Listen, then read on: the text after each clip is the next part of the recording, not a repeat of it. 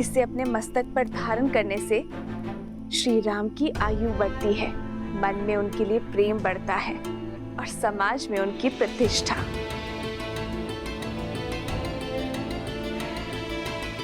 माता, आप चिंता ना कीजिए। ना मुझे किसी के ठाठ से अंतर पड़ता है और ना ही उपहास से। मेरे लिए मेरे प्रभु का जीवन, उनका सम्मान, उनका मुझसे प्रेम महत्व रखता है। माता, आपने तो मुझे अनोखा मार्ग दिखा दिया। आपके मस्तक पे एक चुटकी सिंदूर लगाने से मेरे प्रभु का सम्मान इतना बढ़ गया। तो माता, आप सोचिए, मेरे प्रभु का सम्मान और प्रभु का मुझसे प्रेम अब कितना बढ़ेगा। क्योंकि माता, मैंने तो अपने रोम रोम को सिंदूर के रंग से रंग लिया है। मैंने तो अपनी पूंछ का भी एक छोटा सा भाग भी नहीं छोड़ा। तो माता, आप बताइए ना, इस लाल देह से मेरे प्रभु का जीवन और कितना बढ़ेगा।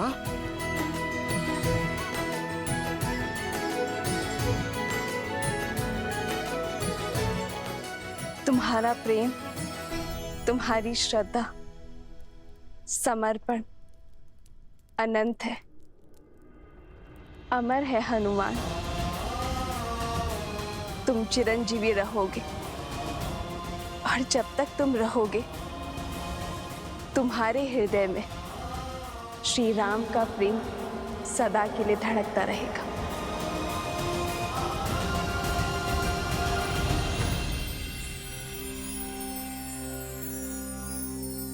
श्री गुरु चरण सरोज रज, निज मनु मुकुरु सुधारी। बरनउँ रघुबर बिमल जसु, जो दायकु फल चारी।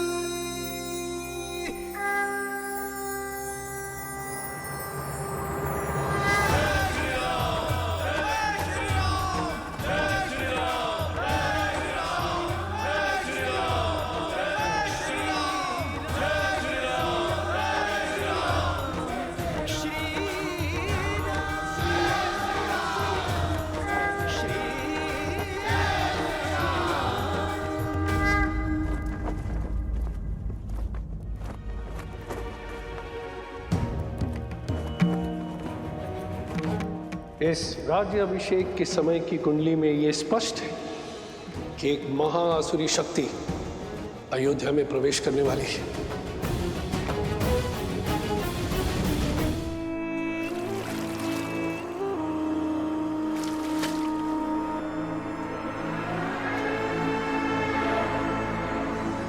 राम, न तुम जीते हो और ना ही ये युद्ध समाप्त हुआ है। युद्ध तो अब पूरी तरह आरंभ हुआ है। मैं तन पर वार नहीं करूंगा राम, मैं मन में घुसकर वार करूंगा। बोलो, कैसे करोगे मेरा संहार? रावण की नाभि का अमृत सूख गया, किंतु प्रजा के मन के विचारों का मैं कभी नहीं सूखता। उसका सामना कैसे करोगे? कैसे करोगे अयोध्या की प्रजा का सामना राम?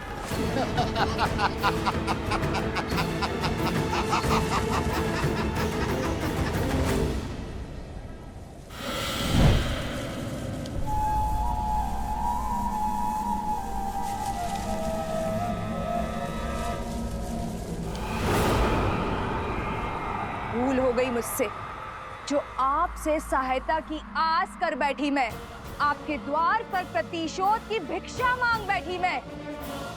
अपने हाथ पे हाथ धरे देखते रहे और वहां राक्षस राज्य का अंत करने वाला वो राम, उसका राज्य अभिषेक हो गया।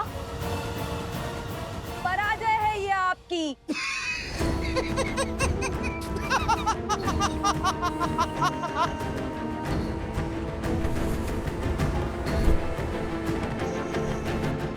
मैं जितना अधिक पराजित होता हूं,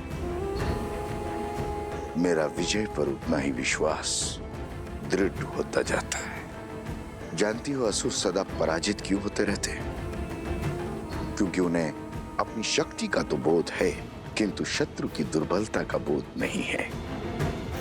राम का राज्याभिषेक उसकी दुर्बलता होगी।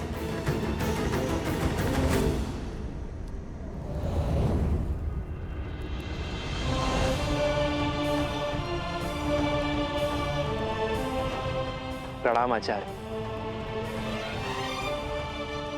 प्रणाम महर्षि। राज्याभिषेक की कोटि कोटि बधाई हो अयोध्यापति, किंतु हर बधाई के साथ एक चुनौती जुड़ी होती। आपने पापियों का संहार तो किया, पाप का नहीं। दशानन को मारा, मगर उसकी सोच को नहीं। पाप की सोच एक ऐसा छलिया है जो बार बार स्वरूप बदलकर सामने आता और प्रहार करता। मैं वार करूंगा तो राम प्रतिकार करेगा। मैं युद्ध में विश्वास नहीं रखता। मैं 1000 छोटे छोटे घाव में विश्वास रखता हूं, और वो घाव मैं उसे नहीं दूंगा, उसके अपने देंगे। और जब घाव अपने देंगे तो लाचार होगा और पीड़ा भी अधिक होगी। अर्थात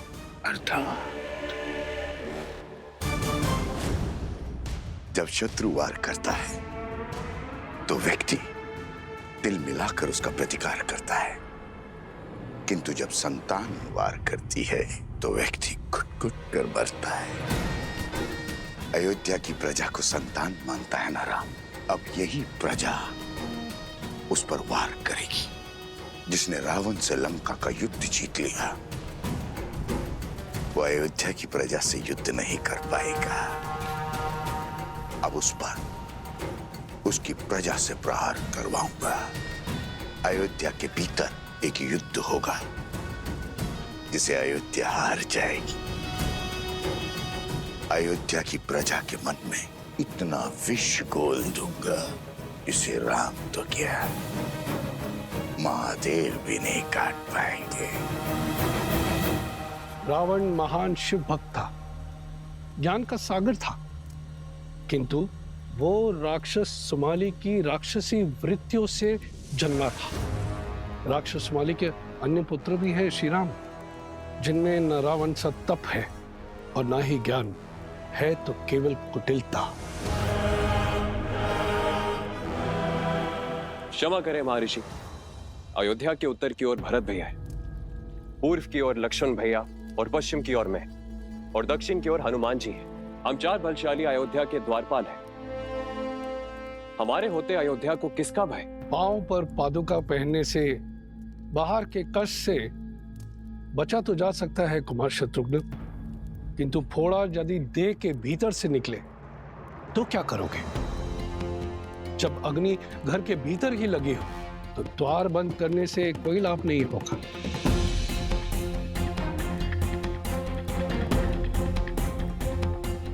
रावण के पापों का अंत तो हुआ है, लेकिन उसकी सोच का नहीं। जो विपदा आने वाली है उसके अस्त्र तलवार या भाले नहीं, असत्य, लोकवाद, झूठी निंदा, ये सब उसके अस्त्र है। शब्द उसका ब्रह्मास्त्र है। संसार का नियम है, अगर कोई भी असत्य बार बार कहा जाए, किसी की झूठी निंदा बार बार हो, तो वो सत्य लगने लगता है। और यह मनुष्य के स्वभाव की प्रवृत्ति है कि सत्य सामने होते हुए भी वो असत्य की ओर आकर्षित हो जाता है। हर मनुष्य के भीतर छिपी बैठी है असंतोष की अग्नि, इस अस्त्र को विस्फोटक बना देती। जब तक उन्हें मेरी योजना का आभास होगा, तब तक मैं उनका स्वर्ग रूपी संसार भस्म कर चुका हूंगा। मुझे आपकी रणनीति पर बिल्कुल भी विश्वास नहीं है। रावण भैया की शक्ति और साहस का 100वां अंश भी नहीं। अपने शत्रु से दो दो हाथ करने की स्थान पर जुआरियों की भांति कुचक्र रचना से अंत नहीं होगा उस राम का। शांत प्रिय बहन, शांत। मैं जानता हूं कि तुम्हें मेरी शक्तियों पर संदेह है, इसलिए तुमने अपनी सहायता के लिए किसी और को भी बुलवाया। कौन है वो? हाँ, मैंने सहायता के लिए निस्थल के राजा भस्कर्ण और उनके पुत्र संहादमन को बुलाया है।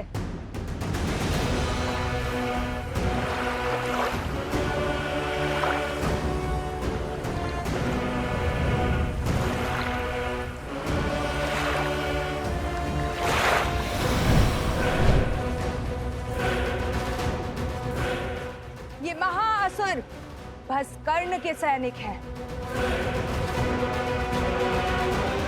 आप मेरे साथ? तुम्हारे महाराज को वरदान है कि जब तक वो जल में, वायु में या पृथ्वी पर खड़े होंगे, उनका वध करना असंभव है। हाँ।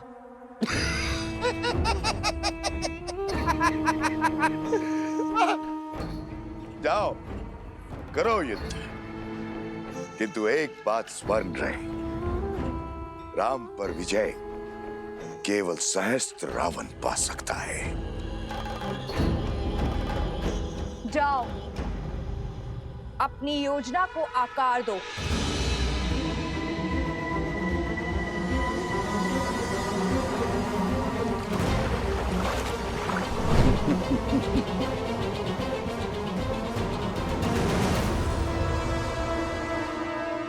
शूर्पणखा, सच है क्या और ब्रह्म क्या है, यह प्रश्न सदा से अमर खड़ा है।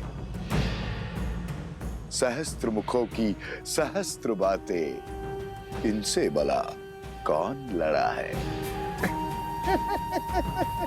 आप यही गाते रहो और मैं अपना कर्तव्य निभाती हूं।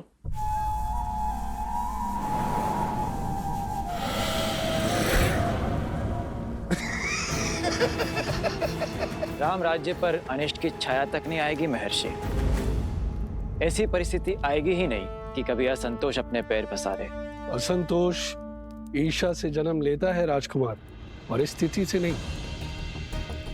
संदेह नहीं है कि श्री राम राज्य को संतुष्ट रखने का प्रयास करेंगे, किंतु राष्ट्र के कोने कोने में सबको सुख और लाभ पहुंचाने में समय लगेगा, और झूठी निंदा, असत्य और संदेह के बीच फैलाने में नहीं। संदेह मन के किसी कोने में छिपकर घास के तिनकों की भांति तनिक सी निंदा से पोषित होकर बढ़ता रहता है, और हमारी अनुमति के बिना हमारी मति भ्रष्ट करता रहता है, और यही सहस्त्र रावण की शक्ति है।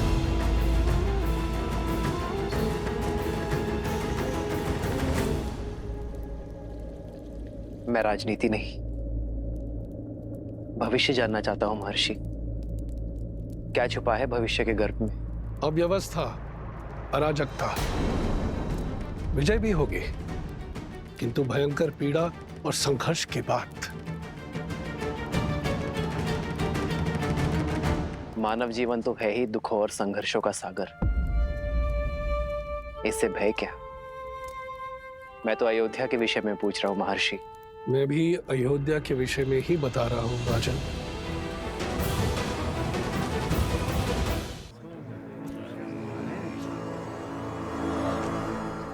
भैया सुना है, श्री राम ने सागर पर सेतु बनाया था, असंभव को संभव कर दिखाया था।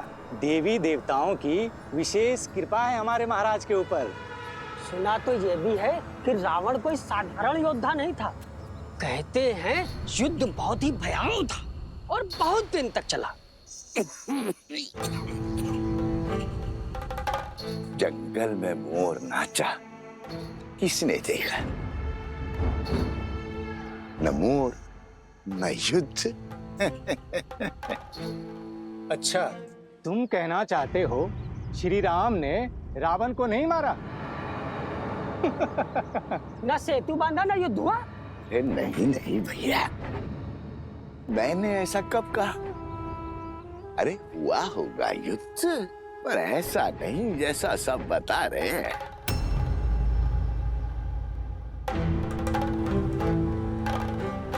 सागर तो पर्वत निगल लेते हैं, और उस पर यदि रावण इतना बलशाली था, 10 लोगों का स्वामी था, तो क्या वो सागर पर पुल बांधने देता?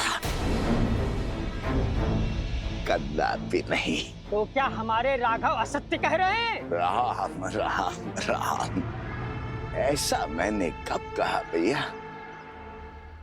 अरे श्री राम गए होंगे लंका और रावण को ललकारा होगा, और रावण भी आ गया होगा रणभूमि में, और श्री राम ने एक बाण से उसका वध कर दिया होगा, बस।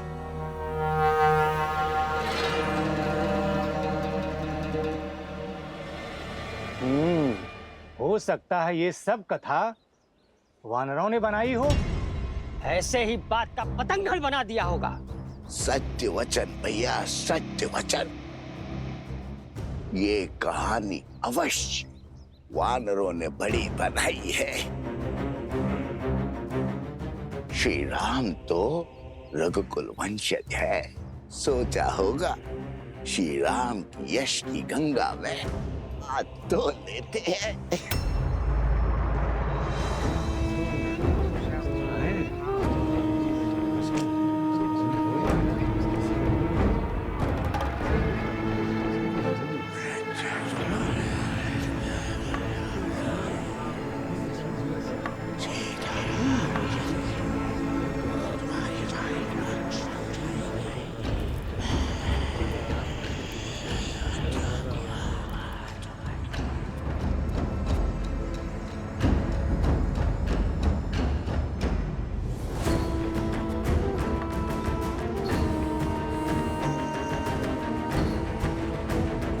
उपहास निंदा में बदलेगा और निंदा संदेह में। इस प्रकार सबके मन में संदेह रूपी सहस्त्र रावण बस जाएगा, और संदेह से फैलेगा असंतोष।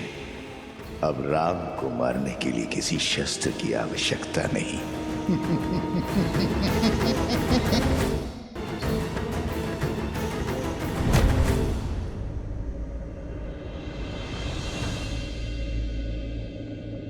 अरे क्या हुआ?